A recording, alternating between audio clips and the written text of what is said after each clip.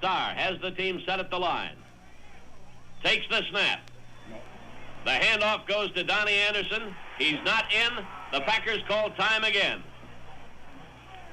That's all the timeouts the Green Bay Packers have. They are still inches away from that goal line. Just inches. 16 seconds remaining. 16 seconds remaining. 2 more plays at the most. 16 seconds, 16 inches. That's what it had come down to.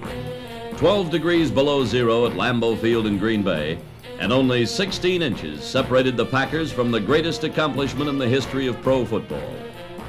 16 seconds, 16 inches. The time left, the distance needed to climax the Packers' glory years.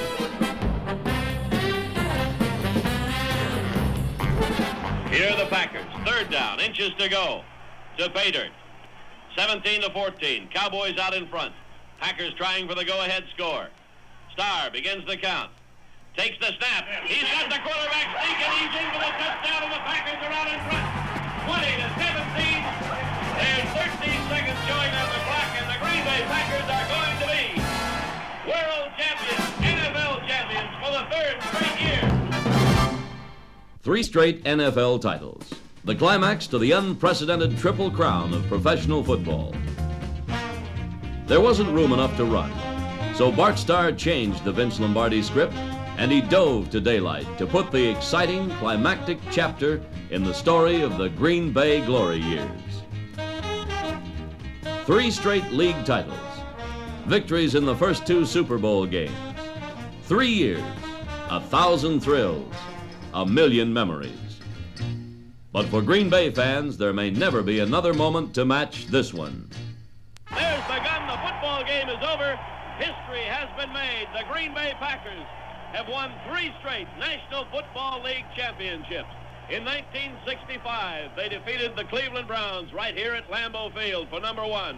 In 1966, the Dallas Cowboys by a 34-27 score down in Dallas in a thriller. To top them all, right here at Lambeau Field this afternoon, they took a 21-17 thriller over these same Dallas Cowboys, and the Cowboys undoubtedly thought they had it put away, leading 17-14 with less than a minute to go. But the Packers valiantly put together a 68-yard drive in 12 plays and went in on Bart Starr's quarterback sneak for the winning touchdown to win the NFL championship 21-17 and go into the Super Bowl against the AFL champions on January 14th. Where do you start reviewing the Packer years of glory?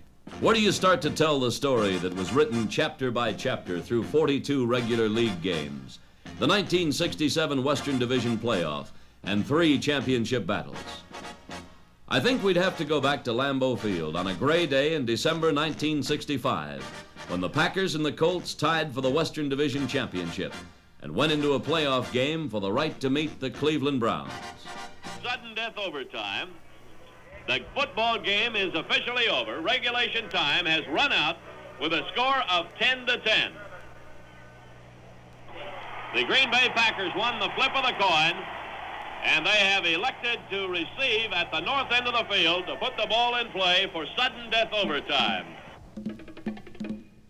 Yes, the Packers had won that all-important flip, and naturally they elected to receive. This is the way that overtime period started off. Lou Michaels advances on the ball for the Baltimore Colts, and we're into the sudden death overtime. Tommy Moore takes it at the 2-yard line, up to the 15, the 20, is hit and wrapped hard at the 23-yard line by Wendell Harris. And so the historic sudden death period was underway. It was only the second one in NFL history and turned out to be the longest. With sheer tension riding on every play, the game evolved into a punting duel, with the Colts slowly gaining the advantage. Then, 8 minutes into the overtime period, the Colts made their move. The ball is on the hash marks at the far side of the field. It is 4th down. 5 yards to go for the Baltimore Colts. And Lou Michaels will attempt a 47-yard field goal. The angle is to the left. Bob Boyd will hold. There's the snap. The ball is booted. It's in the air. It's going to be short and wide to the right. It is no good. And the Green Bay Packers take over at their own 20-yard line. The Packers had the ball, and 5 minutes later, they had the ball game. Here's the way the dramatic score was set up. 2nd and 8 for the Packers on the Colts' 44-yard line. Bowman is over the ball. Bratkowski is counting off. He's going back to throw. He sets himself. He fires a pass out to the right side. It is complete.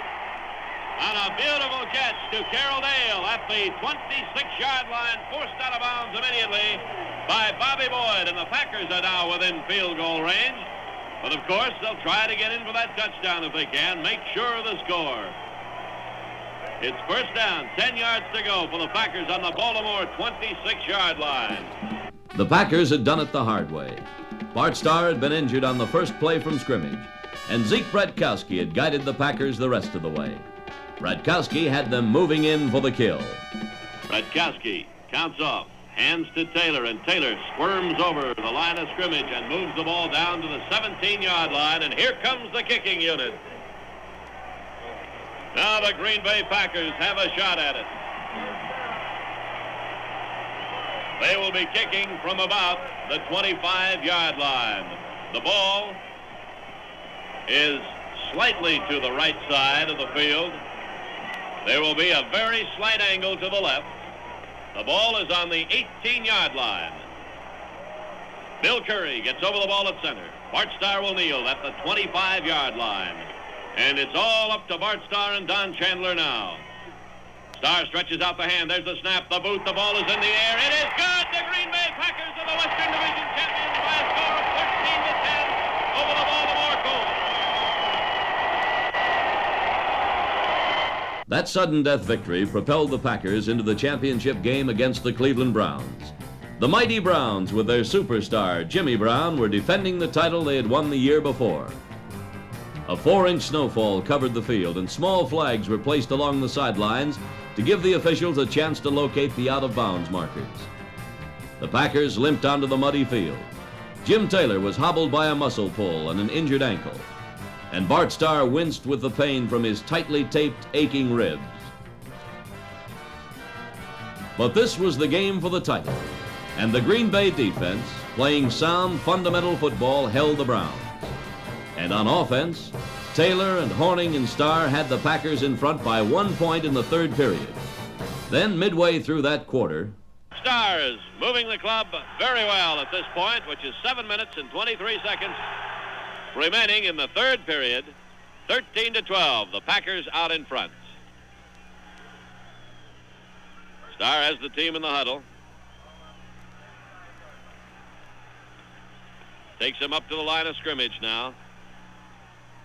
Bowman over the ball at center. Hands off to Horning. Slash over the right side, and Horning scampers across the 25, down to the 20, into the 15-yard line. The big hole was there on the right side. Beautiful blocking by Jerry Kramer, Forrest Gregg. And Horning drove through it, rambling all the way from the 36-yard line down to the 15 of the Cleveland Browns, and Larry Benz, the right safety man, finally brought him down. Beautiful run by Paul Horning, good for 21 yards. And another first down for the Green Bay Packers. Packers definitely moving in now.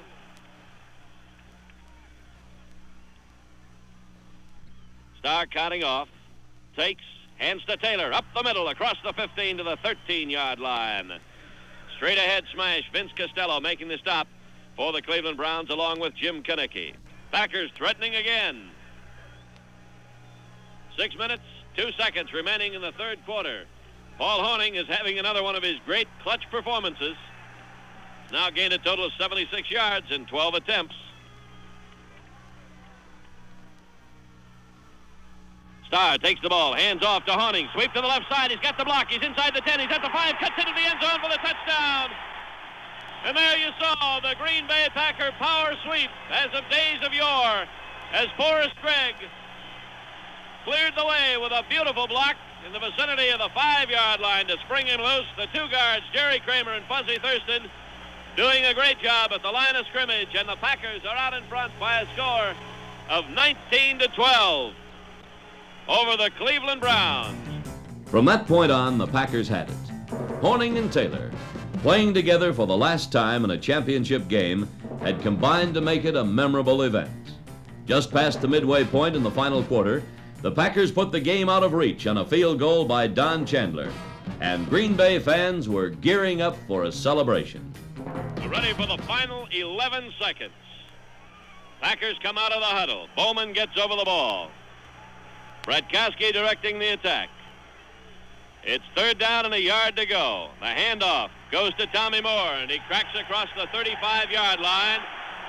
4 seconds remaining. I believe the Packers made a first down on the last play. The game is over. The Green Bay Packers are the National Football League champions for 1965, and the team of destiny has come through for Coach Vince Lombardi. This probably his greatest job of coaching since he took over the helm of the Packers in 1959. And for Vince, this is his third World Championship, the 9th for the Green Bay Packers in their long and colorful history.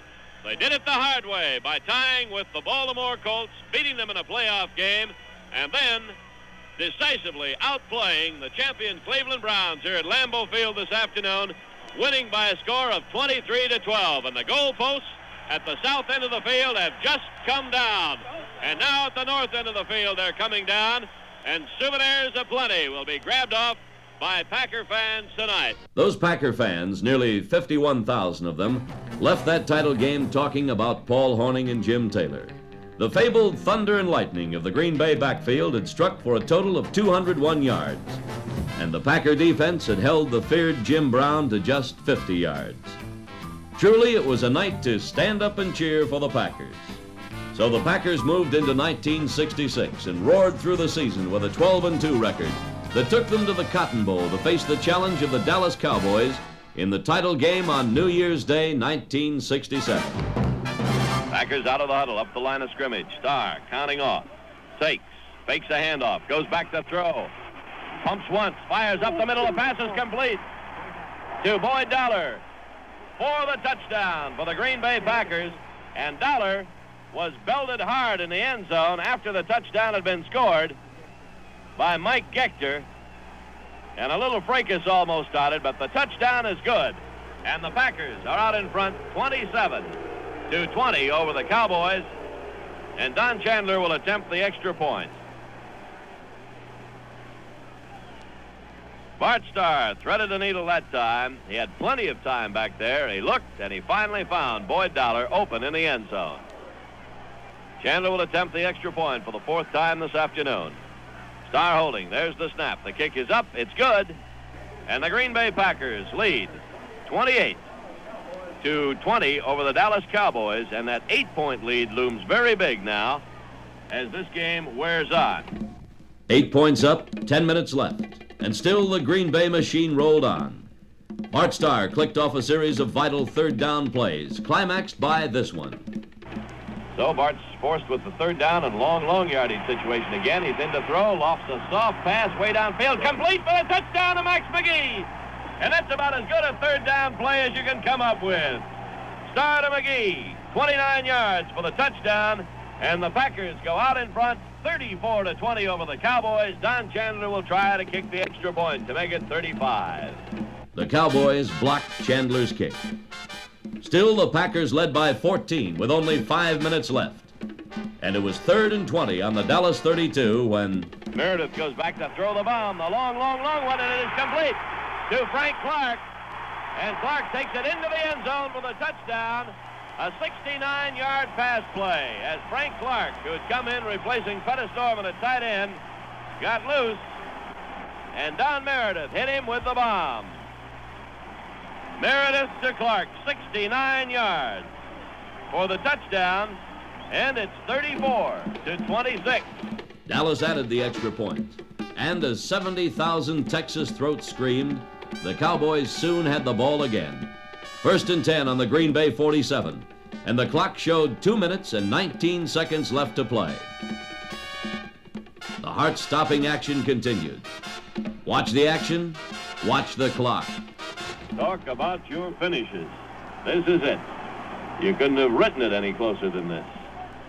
Meredith has the team at the line. He takes, he turns, flips to Reeves, and he drops the ball. The little swing pass to Dan Reeves. Right in his hands. He dropped it behind the line of scrimmage. It is 3rd down and 6 yards to go. And the Cowboys, who have come back time after time after time, have now moved it down very close to the Packer goal line, and all of a sudden they have their problems. Pete Gent comes back in the lineup. And Gent and Dial went in, replacing replacing Clark, and I didn't see who else went off. Hayes is still in there at the split end. They line up in the I formation. 3rd down, goal to go. They're out of the I now with Reeves to the left. Meredith goes back, sets up, fires the pass. Was it complete? It was complete to Pettis Norman on the ground at the 2-yard line. He tried to get up and make it into the end zone. He did not. And it is 4th down and goal to go from the 2-yard line for the Dallas Cowboys. And the clock is running with 52 seconds remaining. And Pettis Norman made a great catch there, flat on the ground, on his stomach. All right. If the Cowboys go in here and kick the extra point, we're going into overtime. They've got one play to travel 2 yards. Meredith takes the ball, rolls out to the right. He's going to be nailed. He got intercepted. A pass away, and it's intercepted in the end zone by Tom Brown. Dave Robinson nailed Don Meredith as he attempted to throw that pass. It was intercepted in the end zone by Tom Brown, and the Packers have just taken the championship. There's 28 seconds to play, but they own the football out on their own 20-yard line. And the Packer defense swarmed in on Don Meredith on that play. He rolled out to the right, and Dave Robinson went in and was hanging all over him as he threw a desperation pass that was intercepted in the end zone by Tom Brown. And the 34-27 lead still holds. A great goal line stand by the Packer defense. It was goal to go for the Cowboys on the Packer 2-yard line. They could not punch it across. The Packers had done it. 2 in a row. Then came the day they called Super Sunday. The first playoff with the champions of the American Football League, the Kansas City Chiefs. There was a great deal at stake in the game, which drew 63,000 fans to the Coliseum in Los Angeles. The payoff to players on the winning team would be $15,000 per man. And there was more at stake. Something called the pride of the Packers. With a 14-10 lead at the half, the Packers tallied 21 points in the second half, while the rock-ribbed defense held Kansas City scoreless. At the end, the Super Bowl scoreboard registered a 35-10 win for the Packers. A year later, the Packers were again the Super Bowl champions. This time, Oakland was the opposition, and Miami was the locale. But the result was essentially the same. Green Bay, giving a dramatic demonstration that the name of the game is ball control, defeated the AFL champion Oakland Raiders 33-14. Once again, it was the second half surge which carried the Packers to victory. The magic toe of veteran Don Chandler accounted for 15 of the Packer points. So it was done. The unprecedented 1,000 days of the Packers. 3 straight titles. And if you had to pick one moment to remember of those 3 Packer glory years... Here are the Packers. 3rd down, inches to go to Paydirt. 17-14. Cowboys out in front. Packers trying for the go-ahead score. Starr begins the count. Takes the snap. He's got the quarterback sneaking. He's in for the touchdown, and the Packers are out in front. 20-17. There's 13 seconds showing on the clock, and the Green Bay Packers are going to be world champions, NFL champions for the 3rd straight year. People pouring out of the stands. We're going to have a problem kicking this extra point. They're coming out from all sides, out onto the field. The Packers know they've got it won. So does everybody else. But we've got to move this extra point, and there will be a kickoff. Time for that much more at least. How about that? We've never seen a finish like this one. Many and many a thriller in the 8 years of broadcast that we've done for the Green Bay Packers, but we've never taken it down to the wire like this for an NFL championship.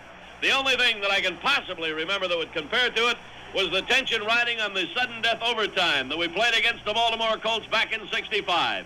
Don Chandler will attempt the extra point. There's the snap. The kick is up. It is good, and the Green Bay Packers are out in front of the Dallas Cowboys 21-17, 13 seconds showing on the clock, and the Green Bay Packers will be third-time National Football League champions on a 12-below-0 day here at Lambeau Field in Green Bay. Yes, this is a story to remember. A story written in dozens of different settings. In the numbing cold of Green Bay, under a blazing sun in Dallas, in the cold Maryland mist of Baltimore, in Cleveland, in Los Angeles, and most of all in the hours of preparation, viewing films, and on the practice field. 3 years, the Packers' glory years. 3 teams fashioned by Vince Lombardi. They fought the 100-yard war, and they won. Call them kings of professional football. Call them teams of destiny.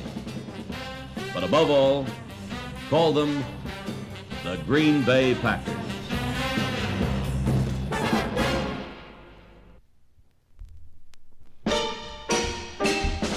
The date, February 1st, 1968.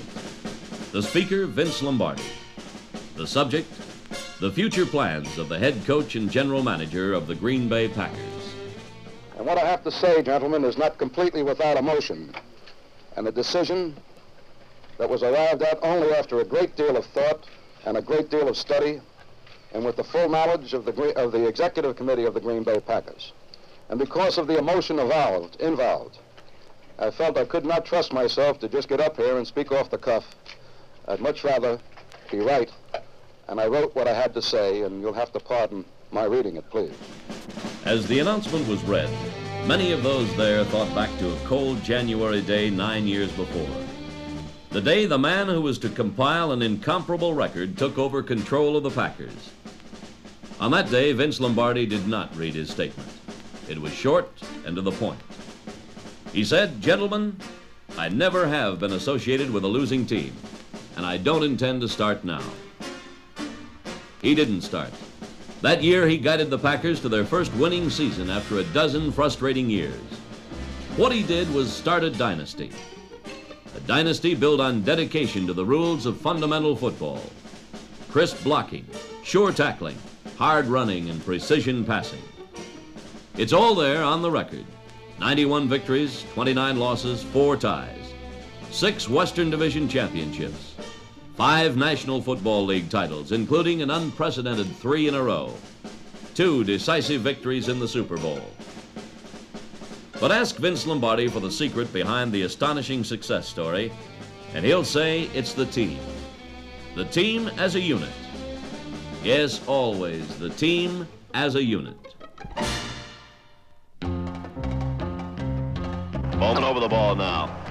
Second down play. Starr goes back to throw. Sets, fires, complete to Tom Moore, and he breaks loose at the 10, goes to the 5, and into the end zone for the touchdown. Starr takes, hands to Taylor, hits the middle of that line, breaks loose from a tackler at the line of scrimmage, and gets across the 20 before he's stopped by 3 or 4 Detroit tacklers.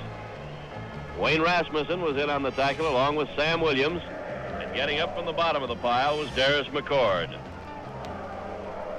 Pick up on the play, 5 yards, and a little bit better. The pressure has been on the Packer defense many times this afternoon, and they've done an outstanding job. Here are the Rams up to the line of scrimmage. Gabriel checks the defense.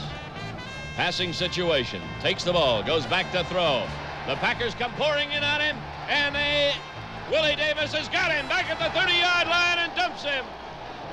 And boy, we've got to salute that Green Bay Packer defense. They have been outstanding this afternoon. Henry Jordan, Willie Davis, Ron Kostelnik, Lionel Aldridge across that front line. What a great job they've done. And now the Rams will have to settle for a field goal attempt. Starr has the team at the line. He sets them, takes the ball, gives off to Travis Williams, and he's in for the touchdown. Travis Williams slanted over the right tackle spot, and he goes in, and the Packers lead 27-7 over the Los Angeles Rams. And the Green Bay drive started back on the 27-yard line, moved 73 yards in a total of 9 plays. The team. The team is a unit. And yet the team is men. And in saluting the team, you salute the men.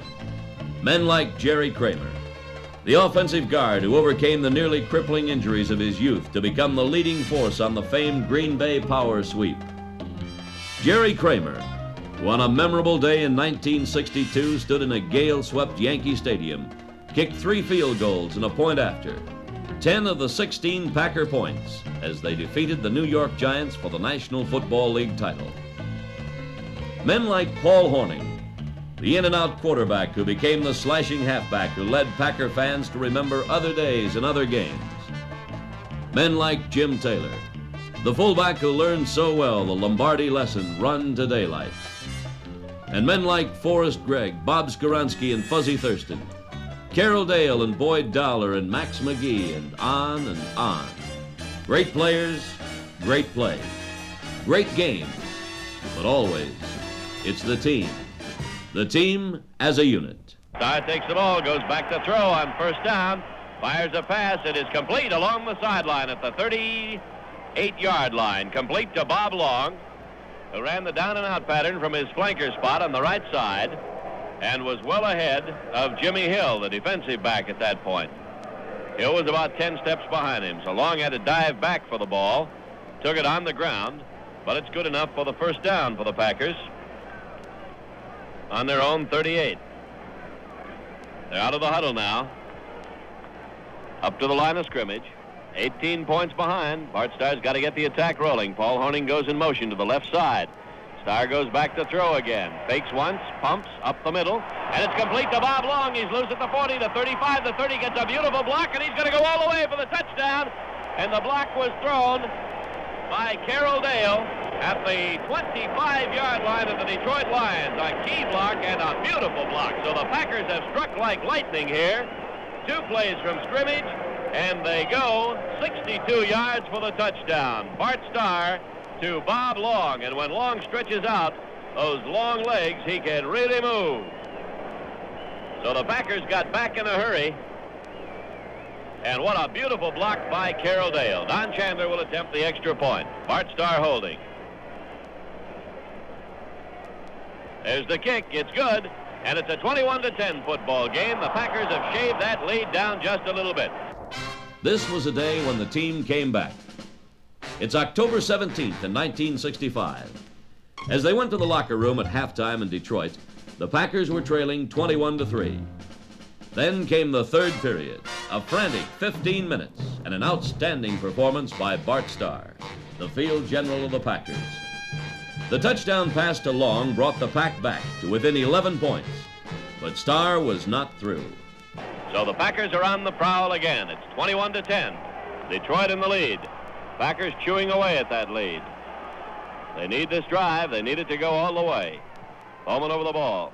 Starr takes. Hands off to Moore. Slant to the right side, and he's across the line of scrimmage down to the 32-yard line before he stopped. Making the tackle was Ernie Clark, along with Bruce Marr for the Detroit Lions. Ball is at the 32-yard line. So there's a pickup on that play of 4 yards, and it's 2nd down and 6 for the Packers. Ball 20 yards in from the west side of the field. Bowman over the ball now. 2nd down play. Starr goes back to throw. Sets, fires, complete to Tom Moore, and he breaks loose at the 10, goes to the 5, and into the end zone for the touchdown. He got away from Wayne Rasmussen at the 10-yard line. So the Packers have come back with a vengeance here in the second half, and it's now a 21-16 game, and Don Chandler will come in to boot the extra point. Students of the game have pegged this performance against Detroit as perhaps Starr's finest 15 minutes. But it was the team. The team as a unit. The story of how Bart Starr came to be a member of the team has more than a little of the Cinderella quality. Starr was a 17th round draft choice. A total of 198 other collegians were rated ahead of the signal caller for Alabama in the 1956 player draft. As a sophomore, Bart Starr had led the Crimson Tide to the Cotton Bowl. But an injury had sidelined him as a junior, and in his senior year, Bart Starr sat on the bench for most of a dismal season as Alabama lost 10 straight games. But Vince Lombardi took over, and he found a quarterback, his quarterback, midway through that first season. And Bart Starr took command, and he has stayed in command. 21-17, the Detroit Lions out in front of Green Bay in the closing moments of the third quarter. Packers have come back magnificently here in the second half. Starr has his team ready at the line of scrimmage. Takes, hands off to Taylor. Again, the holes in the middle, and Taylor moves the ball up to the 24-yard line before he's stopped by the center of the Detroit defense, Alex Karras, Joe Schmidt, Roger Brown. Ball is just nosing up to the 24-yard line. They'll be about a yard short of that first down. It's 3rd and 1. A minute and 41 seconds remaining in the third quarter. Packers break out of the huddle. Fans cheering for that Detroit defense to dig in. Bob Long goes way out to the left side as the flanker. Marv Fleming tight on the left side. Carroll Dale split on the right. Fake handoff. Pass over the middle. It's complete to Dale, and he's going to go. He's at the 50, to the 30. He's going to go all the way, and the Packers are going to go out in front as Bart Starr called a magnificent play on a 3rd and 1 situation with the Detroit Lion defense bunched toward the middle, expecting the Packers to go for the first down. Bart Starr once again crossed up the defense, hit Carroll Dale with a perfect strike at about midfield, and Dale outraced the Detroit Lions defense to go in for the touchdown. Dick LeBeau and Jim Carney were close to him when he got the ball, but he outdistanced them by 10 yards to beat them to the goal line, and the Packers are out in front 23-21 over the Detroit Lions. Even though the emphasis falls on the offense in remembering these great years, the fans know that many of the Packers' glory games were won by the hard-nosed, proud, determined defense forged by Phil Bengtson and Vince Lombardi. Talk about the team as a unit. Well, put yourself in the place of an opposing quarterback and look over the line of scrimmage at the unmovable Ron Kostelnik and Lionel Aldridge, the slashing, cat-like Willie Davis and Henry Jordan, the all-pro linebacking core of Nitschke, Robinson, and Caffey. Imagine yourself throwing passes against the speed of Herb Adderley and Bob Jeter, the tremendous defensive ability of Willie Wood and the steady Tom Brown. Imagine yourself in that position, and you'll find yourself up against a disciplined, proud, self-sacrificing defense. The team as a unit. Offense and defense, it was the team on that unforgettable day in 1965. Sudden death against the Baltimore Colts. Bill Curry gets over the ball at center. Bart Starr will kneel at the 25-yard line. And it's all up to Bart Starr and Don Chandler now. Starr stretches out the hand. There's the snap, the boot, the ball is in the air. It is good! The Green Bay Packers are the Western Division champions by a score of 13-10 over the Baltimore Colts. Don Chandler. In the 3 championship seasons, the Packers... Hawning, sweep to the left side. He's got the block. He's inside the 10. He's at the 5. Cuts into the end zone for the touchdown. And there you saw the Green Bay Packer power sweep as of days of yore, as Forrest Gregg cleared the way with a beautiful block in the vicinity of the 5-yard line to spring him loose. The 2 guards, Jerry Kramer and Fuzzy Thurston, doing a great job at the line of scrimmage, and the Packers are out in front by a score of 19-12 over the Cleveland Browns. 19-12. And Don Chandler will attempt to make it 20. Chandler did make it 20. And in the final quarter, he added a field goal to make it 23. The Packers, undaunted by the dismal weather, played ball control and captured a 23-12 victory. Bart Starr said it best in explaining the Packer game plan. "We like to control the ball," Starr said. "As long as we have the ball, they can't do anything with it. But when you don't control the ball, when they have it, it's then that you must rely on your defense." Throughout the years, the Green Bay defense has won praise, and it's won football games.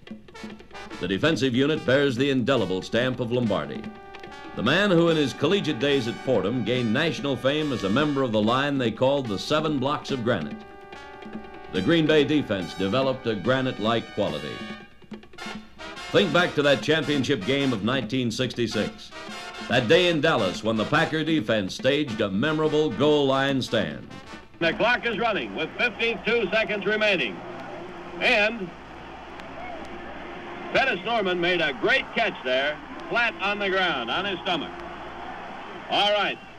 If the Cowboys go in here and kick the extra point, we're going into overtime. They've got one play to travel 2 yards. Meredith takes the ball, Rolls out to the right. He's going to be nailed. He got a pass away, and it's intercepted in the end zone by Tom Brown. Dave Robinson nailed Don Meredith as he attempted to throw that pass. It was intercepted in the end zone by Tom Brown, and the Packers have just taken the championship. There's 28 seconds to play, but they own the football out on their own 20-yard line. Defense and offense. Offense and defense. The team. The team as a unit. Somewhere in the sports writer's dog-eared lexicon, there's a line which reads, "Football is a game of third downs." And someone has noted that Bart Starr is a third down quarterback. There's a special sort of electricity in the air when the Packers line up and the scoreboard shows that big number 3 in the down slot. Some of the most memorable calls of Field General Starr have come on third down. In the 1967 playoff game against the Rams, with the Western Division Championship on the line, this third down call proved to be the play that broke the game wide open. It's 3rd down and 13 for the Green Bay Packers at the Rams' 17-yard line. They want the touchdown here rather than the field goal, and this is the down that will tell the story as Carroll Dale goes wide to the left as the flanker. Starr takes the ball, goes back to throw, gets his pass away into the corner. It is complete to Dale for the touchdown. Carroll Dale took that one right over Irv Cross. A beautiful catch by Carroll Dale. Right behind Irv Cross, and the Green Bay Packers are out in front by a score of 13-7 over the Los Angeles Rams. While praising the accomplishments of head coach Lombardi, it's easy perhaps to overlook the accomplishments of general manager Lombardi.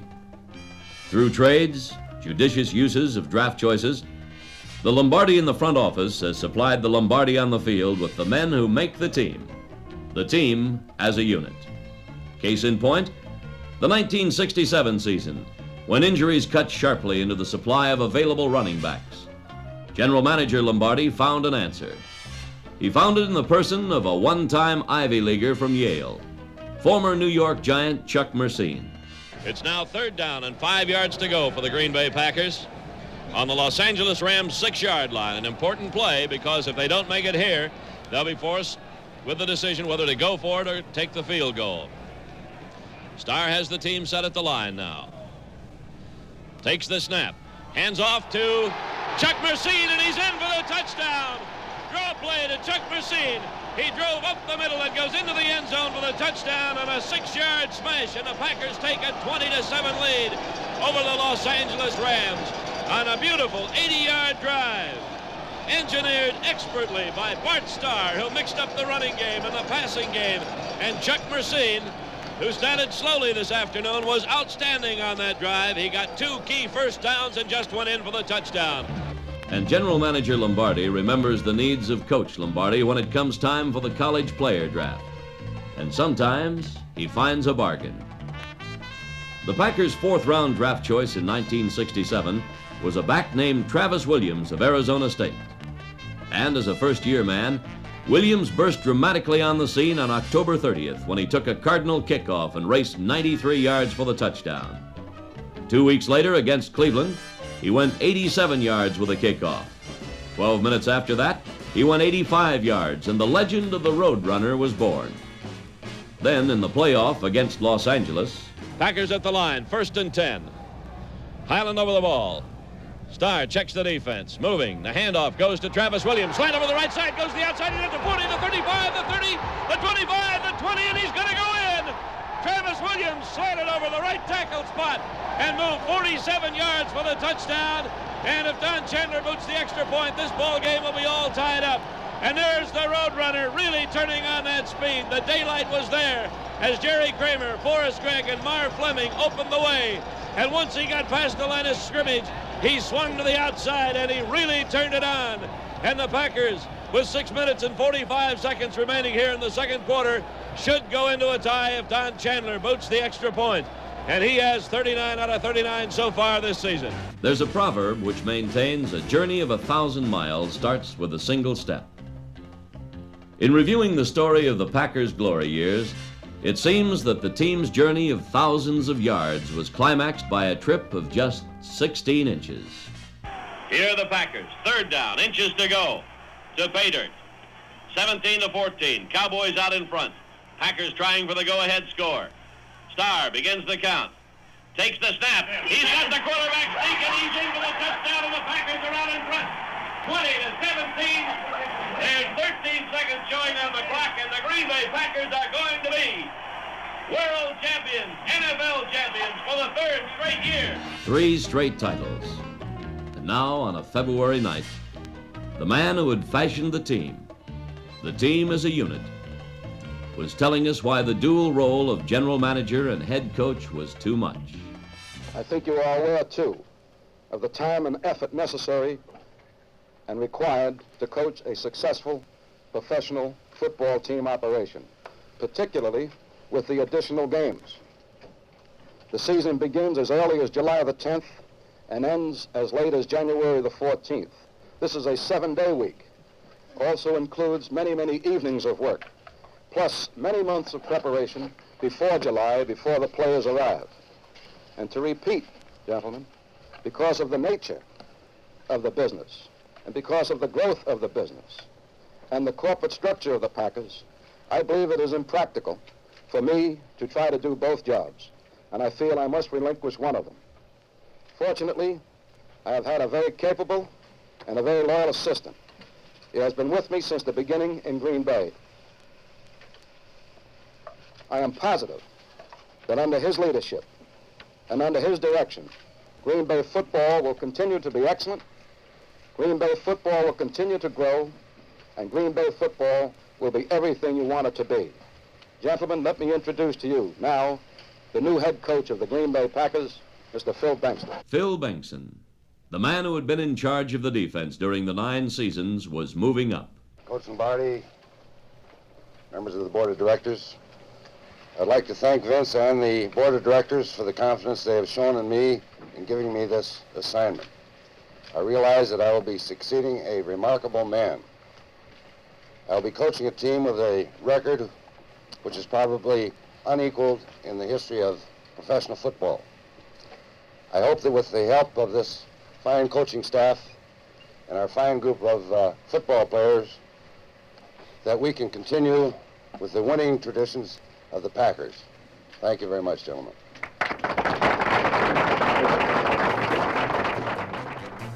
So when the wind whistles in off the river and the air has that Green Bay cold, you'll hear all the wonderful stories of the Packer teams of old, of Lambeau and Hudson, Cecil Isbell and Johnny Blood, Hinkle and Herber and all the others.